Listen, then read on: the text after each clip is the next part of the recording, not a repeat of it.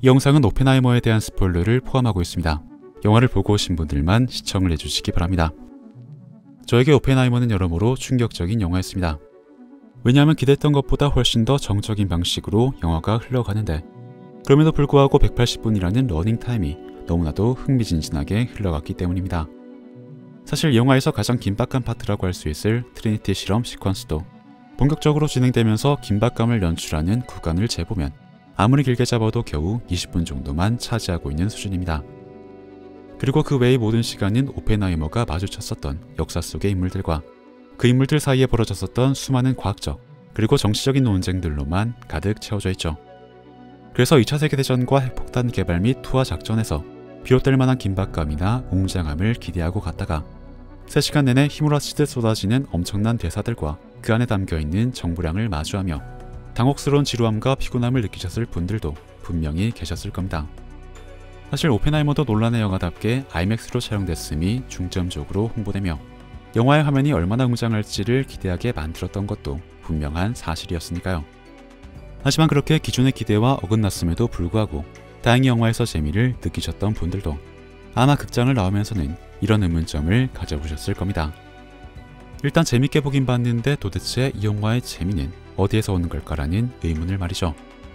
그래서 오펜하이머와 관련해서는 매우 다양한 관점들이 있겠으나 저는 개인적으로 영화가 주는 그 재미의 비결이 가장 궁금했기 때문에 이번 영상은 이 정적인 영화가 어떻게 우리들에게 재미를 줬는가에 대한 이야기로 채워보려 합니다. 그리고 그 이야기를 하려면 역시나 논란의 영화답게 이 영화가 보여주는 이야기의 형식을 먼저 살펴봐야겠죠. 일단 영화의 타임라인을 살펴보면 놀랍게도 거의 정확하게 180분의 러닝타임이 3분할 되어 있다는 걸 알 수가 있습니다. 첫 번째 구간인 영화의 시작부터 60분 지점까지는 주인공 오펜하이머가 겪었던 다양한 시행착오들과 그 과정 속에서 만난 다양한 인물들을 소개하는 과정을 거치며 거의 정확하게 60분이 흐른 두 번째 구간에서는 오펜하이머가 키티와 함께 로스앨러모스 기지에 입주를 하며 120분이 되는 시점까지 맨해튼 프로젝트를 성공적으로 완성해 나갑니다.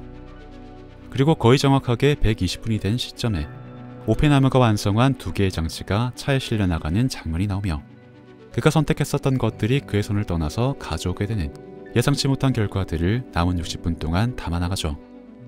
그런데 여기서 흥미로운 것은 단순히 영화의 물리적인 시간을 3분할 하는 것을 넘어 이야기 또한 마찬가지로 3분할을 하며 중심이 되는 이야기를 나머지 두 이야기가 둘러싸는 듯한 독특한 구조를 보여주고 있다는 것입니다. 오펜하이머가 여러 사람을 만나 맨해튼 프로젝트를 완성해 나가는 중심 과정을 오펜하이머의 안보 청문회, 스트러스의 인사청문회라는 두 가지 렌즈를 개입시켜서 서로 다른 시점의 세 이야기가 상호작용을 하는 듯한 독특한 느낌을 주고 있었습니다. 그러니까 해당 이야기 구조를 조금 과장해서 말하자면 그야말로 삼위일체, 세 개의 이야기가 동시에 존재하면서 끊임없이 상호작용하는 것으로 세 이야기가 함께 존재해야 영화가 완성되는 듯한 삼위일체적인 성격을 갖게 되는 것입니다. 오펜하이머가 독특한 재미를 주는 이유는 실존 인물 오펜하이머의 행적을 있는 그대로 따라가며 그가 이뤄낸 성취를 단선적으로 그려내는 흔하디흔한 위인전의 방식을 취하지 않고 있기 때문입니다. 영화는 앞서 말씀드린 것처럼 그가 이뤄낸 성취를 중심에 두고 나머지 두 개의 이야기를 양쪽에 배치하여 그가 해왔었던 선택들이 어떤 위대함과 어떤 비루함을 함께 갖고 있었는지 끊임없이 조명해내고 있죠. 그리고 그 과정에서 드러나는 것은 단순한 핵무기의 공포가 아니라 오펜하이머와 오펜하이머의 주변 인물들이 보여주는 그 풍부한 모순적 태도였습니다. 이 영화의 진정한 재미는 바로 그 모순을 바라보는 과정에서 발생합니다. 그것도 현대사에서 가장 큰 영향을 미쳤었던 거대 사건의 가장 중심에선 위대한 인물들이 보여주는 비루한 모순을 적나라하게 들여다보는 과정에서 말이죠. 영화에 등장하는 거의 모든 인물들은 저마다의 모순을 가지고 있습니다. 당연히 주인공이니만큼 가장 많은 모순을 보여주는 오펜하이머는 학문적 진실을 탐구하는 과학자에서 핵무기를 창조하는 세상의 파괴자가 되었으며 처음엔 핵무기의 위력으로 전쟁을 억제할 수 있을 것이라는 믿음을 가졌다가 이후에는 연쇄적으로 이어지는 군비 경쟁이 파멸을 초래할 것이라며 핵무기 개발에 반대하기 시작했고 자신의 지적 호기심과 성적 욕망 때문에 불필요한 관계들을 유지하며 동료들은 물론 가족들까지의 위험과 불행에 빠뜨리는 단초를 만들어냈었죠. 그리고 그런 오펜하이머에게 시기심과 복수심을 품은 스트러스 역시도 불법적인 수단을 동원해서 사적인 복수를 감행하는 부정한 모습을 보여주지만 오펜하이머의 오만함은 필요 이상의 적을 만들어낸다고 했던 그의 서술과 로스 알러머스의 접자가 스론에게 핵개발 정보를 넘겨줬다는 그의 의심은 어느 정도는 분명한 진실을 담고 있었기에 마냥 악역으로 보이는 그의 행동에서도 옳고 그름이 뒤섞여 있는 모순이 발견됩니다.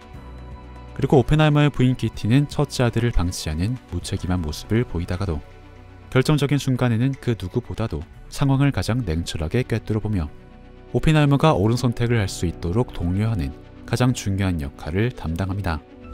또한 오펜하이머의 불륜 상대인 테트록치는 꽃다발을 사서 자신을 찾아오는 오펜하이머의 애정을 무시하다가도 돌아선 뒤에는 오히려 오펜하이머에게 먼저 전화를 하며 집착하는 모순적인 애착 심리를 보여주고 오펜하이머가 파멸의 길로 들어서는 데에 가장 큰 빌미를 제공하면서도 당신을 이해하는 사람들을 가까이 두어야 한다고 했던 그녀의 조언은 실제로 오펜하이머가 완전히 파멸하지는 않도록 방어해주는 차선의 결과를 낳기도 했습니다. 맷 데이먼이 연기한 그로브스 대령은 오펜하이머를 끝까지 지켜주는 동료였지만 어쩌면 니콜스 중령을 홀대했던 그의 태도가 연쇄작용을 일으켜 니콜스가 스트로스 편에 서서 오펜하이머를 공격하게끔 하는 촉매지가 됐을지도 모를 일입니다. 또한 오펜하이머의 안보 문제에 또 다른 걸림돌이 됐던 슈발리의 교수는 오펜하이머를 이용하여 첩보 활동을 하려고 했던 것은 분명한 사실이나 오펜하이머가 가장 곤란할 때에는 한밤중에도 찾아갈 수 있도록 그에게 정서적인 도움과 진심 어린 조언을 건네줬던 것 또한 분명한 사실이었죠. 이처럼 영화에 등장하는 모든 인물들은 명확하게 선악으로 구분할 수가 없는 모순적인 면모들을 보여주고 있습니다. 그리고 영화는 이러한 모순을 적극적으로 이용하여 각 인물들이 그 다음에는 어떤 행동을 할지 또 해당 행동의 진위가 무엇일지를 정확하게 예측하기 힘들게 만들고 있습니다. 따라서 오펜하이머의 재미란 수많은 인물들에게 저마다의 모순을 풍부하게 부여하여 모든 인물들의 행동을 예측 불가능하게 만드는 이런 연출에서 비롯되는 것이라고 말할 수가 있겠죠. 그리고 이러한 연출 방식에서 가장 극적인 반전을 보여주는 인물이 바로 데이비드 힐이 아니었나 싶습니다. 영화에서 힐은 오펜하이머를 딱 2차례만 만나게 되는데 한 번은 시카고 대학의 지하 실험장에서 오펜하이머의 대화를 기록하다가 그에게서 펜과 노트를 강제로 빼앗기게 되고 또 한 번은 핵폭탄 투하 직전에 호텔 로비에서 만나 실라르드 청원서에 서명을 부탁하다가 다시 한번 펜과 종이가 내동댕이 쳐지는 굴욕적인 경험을 반복해서 하게 되죠. 그래서 힐이 스트로스 청문회에 처음 등장했을 땐 스트로스와 마찬가지로 오펜하이머에게 앙심을 품고 그에게 불리한 증언을 할 것만 같은 불안감이 조성됩니다. 하지만 그랬던 우리의 예상이 파격적으로 뒤집힐 때 우리는 영화에서 서스펜스에 기반한 카타르시스를 느끼게 되죠.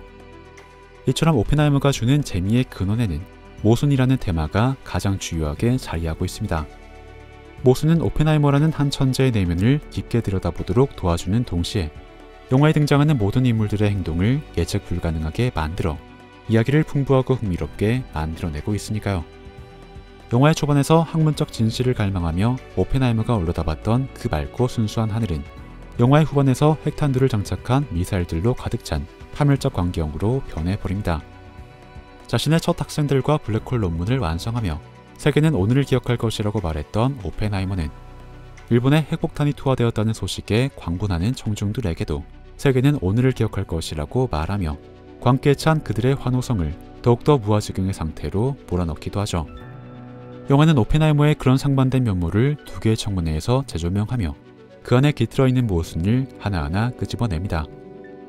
물론 스트로스의 말처럼 두 개의 청문회는 당연히 재판이 아니지만 우리 관객들이 스크린 바깥에서 이 청문회 속의 논쟁들을 바라보는 순간부터는 청문회는 실질적으로 그리고 또 모순적으로 재판의 성격도 함께 갖게 되죠.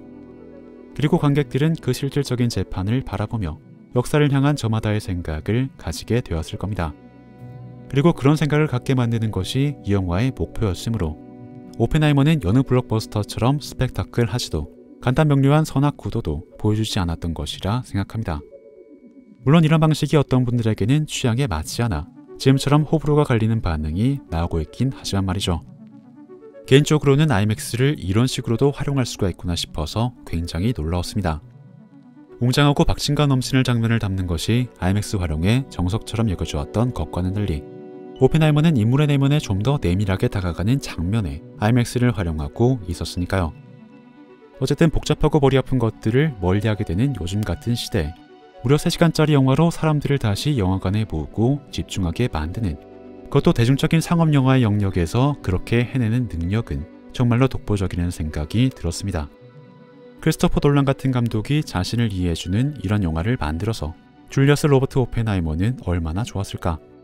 그런 생각을 하며 오늘 영상을 마쳐볼까 합니다. 시청해주셔서 감사드립니다.